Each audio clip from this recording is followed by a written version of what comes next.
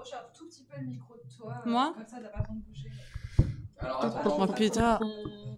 Là tourner. Je pense que. Oula. C'était voilà le truc.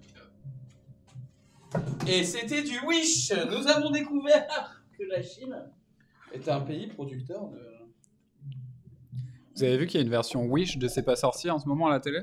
Non, en fait, c'est pas sorcier, nouvelle saison. Ouais, je sais. Mais c'est vrai. Mais c'est les animateurs Wish. Ouais. Il y a Jamie Wish, il y a Fred, il y a la meuf Wish. C'est génial, j'ai trouvé ça génial. C'est ouais. Ça, c'est bien comme ça, non? Ouais, je touche plus. Mais Je bouge plus. Tu touches plus? Très bien. On va commencer par une petite chanson. Oui. Une petite chanson? The foolish techno kid of the night gone by, we used to stroll along. Ah, t'aurais pas dû lire ça. Hein. Putain, j'ai oublié la suite des paroles.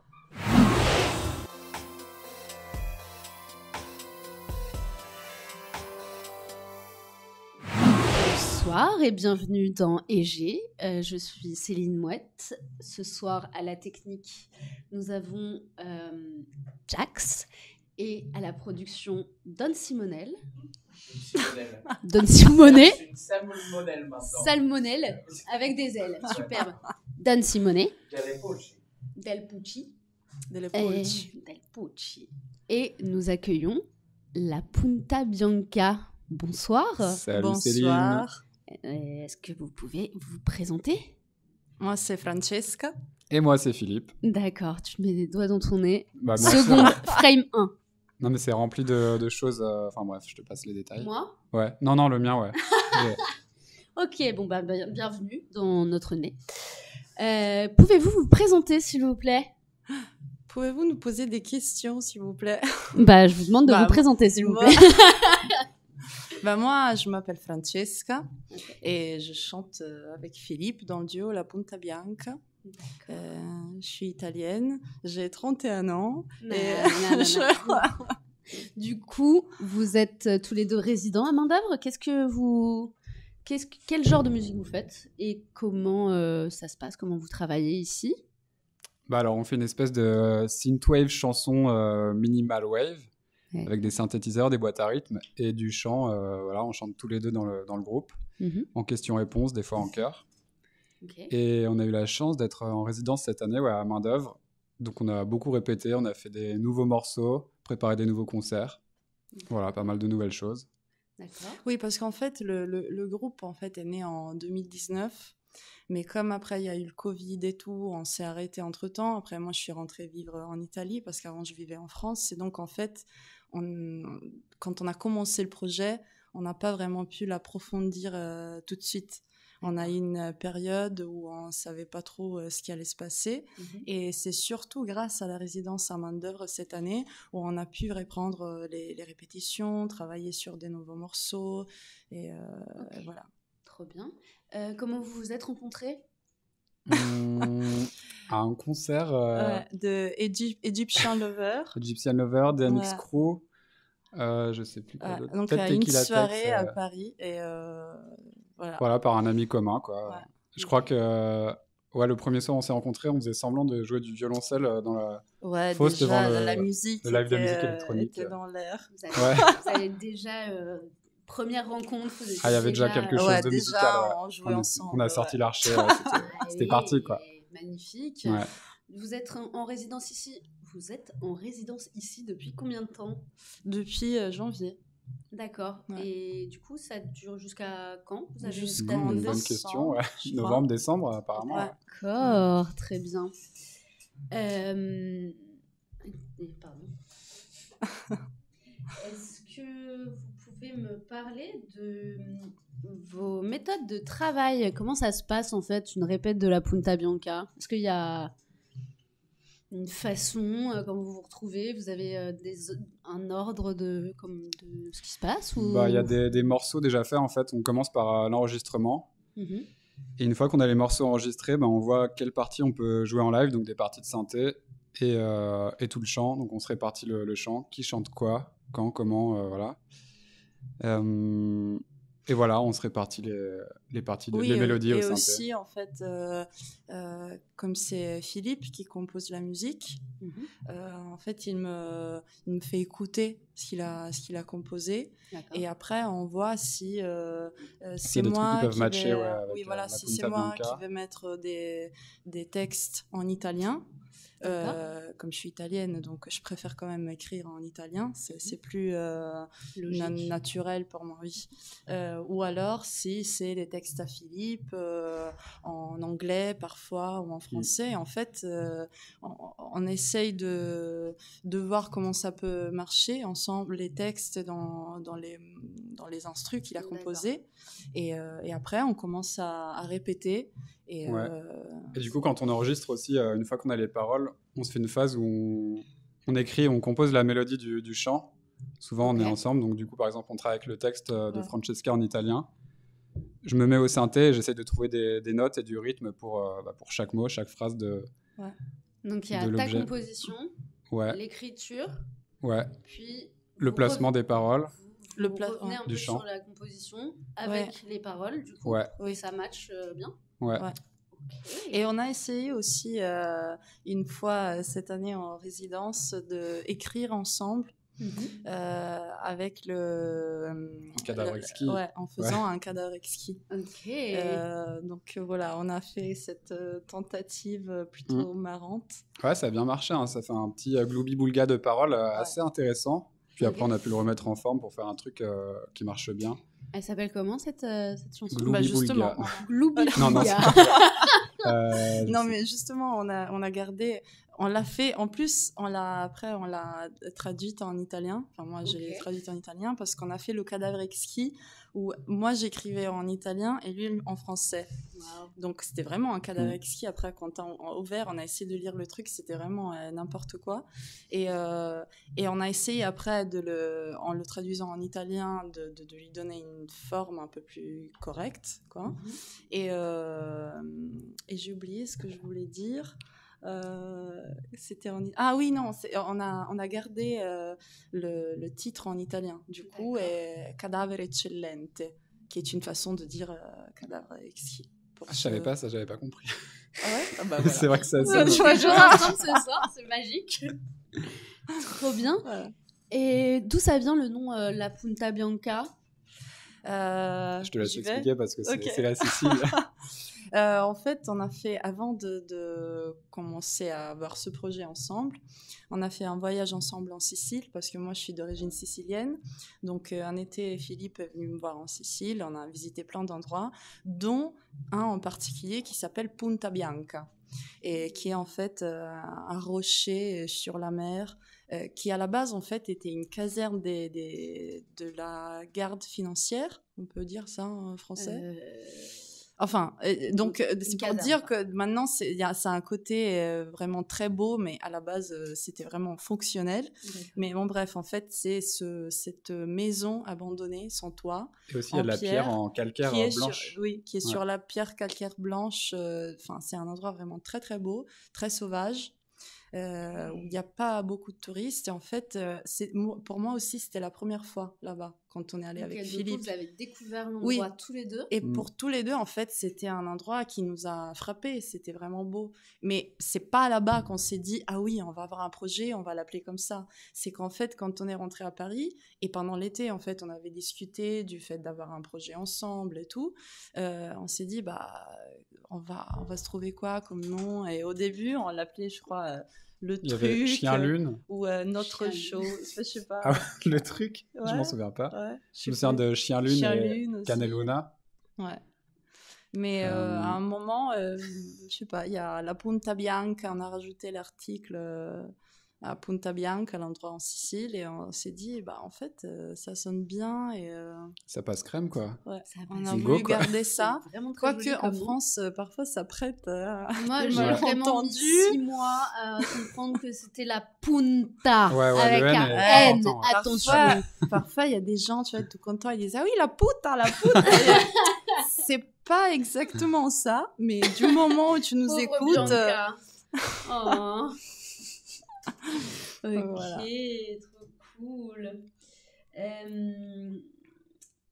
Du coup, vous m'avez parlé de votre processus de création. Est-ce que vous vous voyez souvent pour répéter ou est-ce que vraiment, quand toi tu écris, enfin, vous avez... Pardon, je recommence. Est-ce que tu vis en France? Bah oui, voilà. Maintenant, Déjà, t'es revenu en France? non, en fait, moi, j'habite toujours en Italie, mais cette année, je suis souvent revenue en France pour des plutôt longues périodes, mais D'accord. justement pour profiter de la résidence. D'accord. Donc, en fait, Quand t'es en France, t'es ici, quoi. les fois où je viens, on cale en fonction aussi du travail de Philippe et du mien aussi, mais moi, en étant comédienne, en fait, bah, j'ai pas des horaires fixes pendant la semaine, donc ça dépend si j'ai un projet, mais pour l'instant, je n'en ai pas eu en France. Donc, en fait, c'est quand je viens... Oui, voilà, c'est un appel. Mais du coup, quand je viens, on essaye de se caler sur les horaires de Philippe, de son travail, pour vraiment pouvoir profiter au maximum. Et Philippe, je crois que tu as un travail qui est lié au son aussi. Quel est ton travail? Ouais, il est assez niche. Je suis directeur artistique pour des doublages de jeux vidéo. Donc, je crois qu'on est 20 personnes à faire ce travail en France. C'est assez spécifique. Et donc, ça consiste en choisir des comédiens pour faire des voix en français sur des jeux vidéo et de les diriger en studio. Donc, par exemple, en studio, leur dire bon, écoute, Jean-Michel, aujourd'hui, tu vas faire un petit lutin qui va dans la forêt. Tu es très heureux parce que tu vas retrouver ta mère et il y a un méchant bûcheron qui vient détruire ta forêt, donc maintenant tu es en colère. Voilà, ce genre de choses. Ça doit être trop cool. Ou plus souvent, tu es un soldat dans une tranchée, tu te prends une balle, alors tu peux me faire 20 cris de douleur à la suite, s'il te plaît. Exactement, ouais. Voilà, ce genre de choses. Oui, je crois qu'une fois, tu m'as fait écouter des petits... des petits bruits de douleur, ouais. Ouais, j'en ai enregistré pas mal, ouais. Ah, c'est cool, trop bien. Est-ce que vous pouvez me parler du Mat 93 qui a eu lieu la semaine dernière? Ah oui. Avec Just Chani? Comment ça s'est passé? Bah, c'était une super expérience. Donc, Just Chani est aussi une résidente de main-d'œuvre qui fait du hip-hop.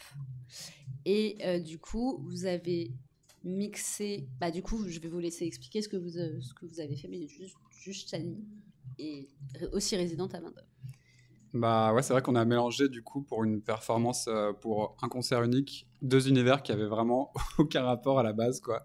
Hip-hop et synthwave un peu sombre, c'était c'était audacieux, quoi, comme demande. Et j'avoue que j'y suis allé en me demandant qu'est-ce qu'on allait faire, qu'est-ce qui va se passer ces 3 prochains jours. Et finalement, par je sais pas quel miracle, en fait, ça a super bien marché.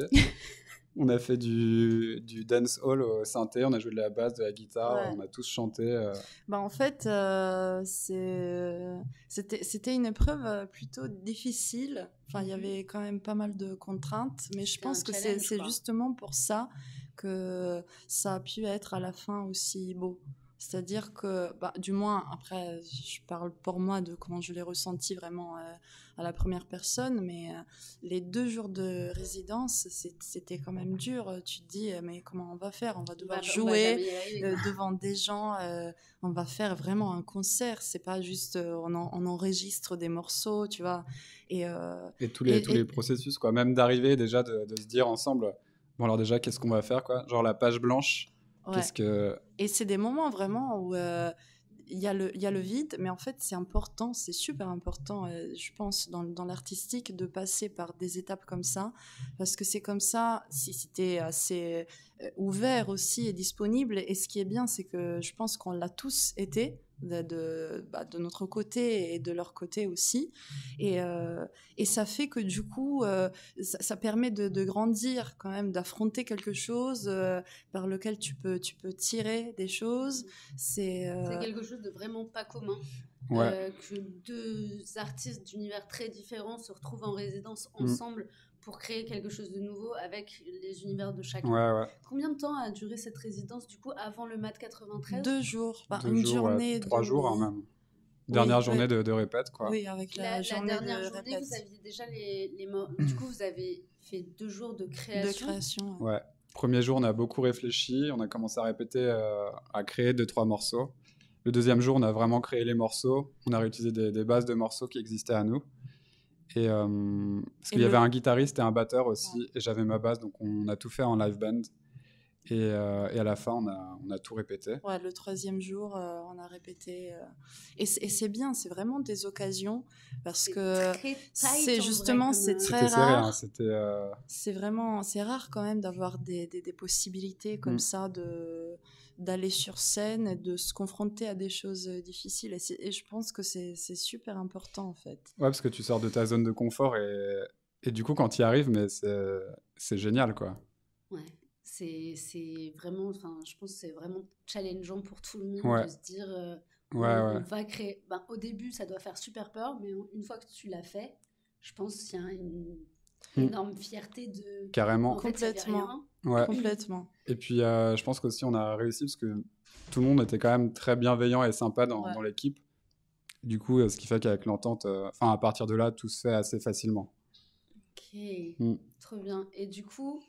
Vous jouez quoi comme instrument, en fait? Toi, tu m'as dit du dans la synthé. vie, ouais, beaucoup de synthé. Ouais. Synthé, piano, synthé. Moi aussi, parfois, je joue du synthé, mais principalement, je chante. D'accord. Ouais. Ok. Est-ce que vous avez des projets perso à côté de la Punta Bianca? Je collectionne les pins. Voilà, tu promènes ton chien. Je promène mon chien. Bisous Kika, si tu nous regardes. Salut Kika, elle a failli venir aujourd'hui, mais finalement, elle se repose dans son petit panier. Ah. Comme activité, moi j'ai un autre projet de musique instrumentale sous mon vrai nom, Philip Brown, avec lequel je vais jouer vendredi d'ailleurs à main d'œuvre. Exactement. Je crois que c'est à peu près tout pour moi. Hein. Eh ben moi, non, j'en ai pas, du moins pas pour l'instant, mais j'ai des envies. Donc on verra où ça mène. Oui. Ok. Et on aimerait bien aussi faire évoluer la Punta Bianca éventuellement si on arrive à motiver des musiciens. On disait que par exemple, appel, les amis. S'il y a un bon bassiste dans la salle et éventuellement un batteur, mais ça c'est peut-être trouvé, à voir. Bref, on en reparlera. On a juste ses bras. Bah, il n'a pas signé de contrat, quoi.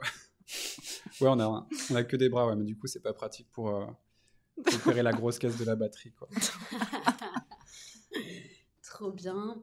Et du coup, dans le cadre de la résidence, comment vous avez trouvé main d'œuvre et en quoi ça, du coup, vous m'avez dit que ça vous avait aidé après le Covid et la crise et tout à se retrouver. Mais du coup, comment vous avez trouvé le lieu et comment vous avez eu le processus de demander et qu'est-ce qui s'est passé en fait, à quel moment? Je crois que je feuilletais les pages jaunes, moi, au pif, et je suis tombée sur un truc. Main d'œuvre, je trouvais ça marrant comme nom, donc je sais pas, j'ai appelé direct. En fait, moi, je connaissais cet endroit parce que j'ai des amis musiciens qui déjà venaient jouer ici. Et je crois que c'était l'année dernière où j'ai vu l'appel à candidature. J'ai envoyé ça à Philippe et je lui ai dit ça te va. Et moi, j'étais encore en Italie. Et donc, voilà, on avait plus retravaillé à la Punta Bianca. Okay. On s'était un peu arrêté. Vous êtes arrêté vous avez commencé le projet en 2019. Oui. Ouais. Après, ça s'est un peu calmé avec le Covid. Et du coup, on a repris il y a 1 an ou 2. Je sais plus. 2 ans, non? On a fait Disquiet, on a fait un album, non, entre-temps? Oui, mais... vite fait, ouais. Et donc, voilà. Et après, cette année, quand on a su qu'à partir de janvier, on avait la résidence, j'ai essayé, moi, de caler des périodes pour venir en France. D'accord. Et du coup, là, vous êtes en train d'enregistrer quelque chose? On a fini d'enregistrer plein de choses, là. S'il y a un label, d'ailleurs, qui veut nous sortir... 3e appel. Là, il y a du matos. Hein. Du boulot de comédienne pour Francesca. Un bassiste et un batteur. Un bassiste, déjà. Un bassiste. Et un label. S'il vous plaît. C'est déjà pas mal, ouais. On va voir durant l'émission s'il y a d'autres demandes qui vont s'ajouter. Ouais. Il y a une hotline, d'ailleurs, que vous pouvez appeler. Voilà. Juste ici. C'est pour mes questions, parce qu'en fait... c'est pour regarder la photo de ton chat. C'est un bonheur. C'est un bonheur. Et du coup,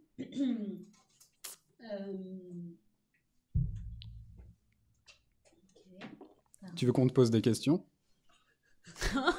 Ok.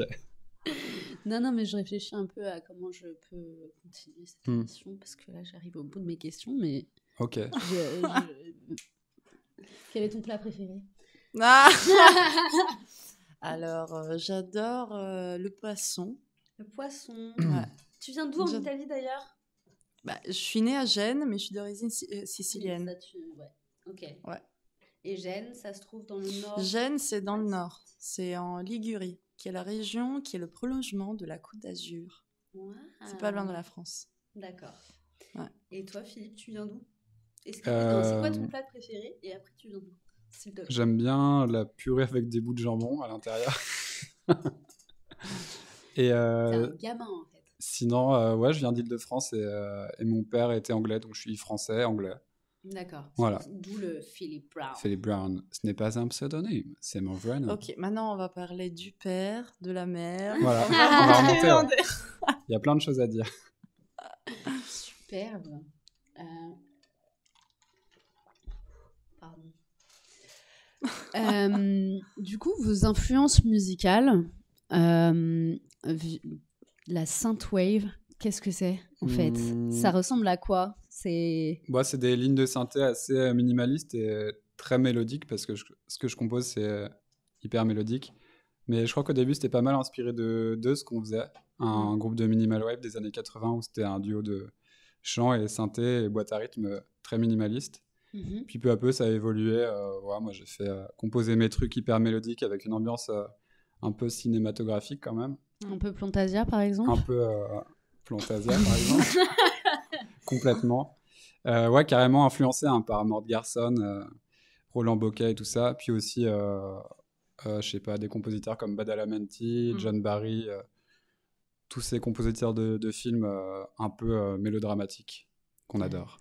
On adore. On adore. Trop bien. Écoutez. Conclure, Voilà, je pense que on va conclure parce que c'était très bien. Est-ce que du coup vous avez des choses à venir? Oui, là on va partir en début octobre en Italie. Justement, ça va être la première fois qu'on joue en Italie. Ah ouais, c'est vrai, ouais. Bizarrement. Ouais. On va jouer à Catane, en Sicile, et à Rome. D'accord. Ouais, on a 2 dates pour l'instant. Et après, on verra pour la suite. Ok. Est-ce que vous allez retourner à la Punta Bianca ou... Parce que tu m'as dit en Sicile? Ouais, c'est en Sicile. Sicile. Vous allez retourner. On ira y déposer une petite pile de pierres. Une petite cassette. Il n'y a pas de problème. Hein. Ah oui. Avec plaisir, franchement. Est-ce que vous avez des clips? Bah non, justement. Non.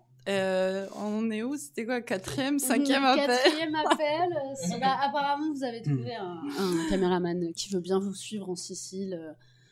Voilà, c'est quand même cool, ce serait super. Je connais, regardez, je l'ai, la Punta Bianca, elle est là. Oh waouh! On vous mettrait des petites images. La revoilà. Pas la énormément de montage, mais quand même. La caserne. La caserne. Ok. On aurait pu s'appeler comme ça, mais La Punta caserne, Bianca, c'est un poil plus poétique. Ouais. C'est joli. Hein. Et du coup, vous allez sortir bientôt des trucs, des trucs. Un album, un EP. Justement, on vient d'enregistrer des nouveaux morceaux, donc on s'était dit qu'on cherchait un label d'ailleurs. Voilà. La musique est prête. Si c'était pas clair. Ouais, donc on a 13 morceaux quand même, qu'on aimerait sortir un jour. D'accord. Voilà. Toi, t'as sorti une cassette il y a pas longtemps? J'ai sorti une cassette qui s'appelle Paranormalement il y a quelques mois, sur le label R-Rec, de musique instrumentale, des synthés toujours très mélodiques et mélodramatiques. Et d'ailleurs, je me produirai en concert ce vendredi avec ces morceaux, avec mon cher collègue batteur, Hugo Zanetti, qui viendra taper sur des avec ses bras. pads, avec ses bras et ses 2 jambes pour l'instant. Pour l'instant. Pour l'instant, mais on n'est pas à l'abri de... Ok, super, merci beaucoup. Merci à toi, Céline. Trop cool. Merci à toi. Et merci à mon équipe technique, Jax, et mon producteur Don Simone Del Pucci. Allez, à bientôt, salut. Ciao. Ciao, ciao, ciao.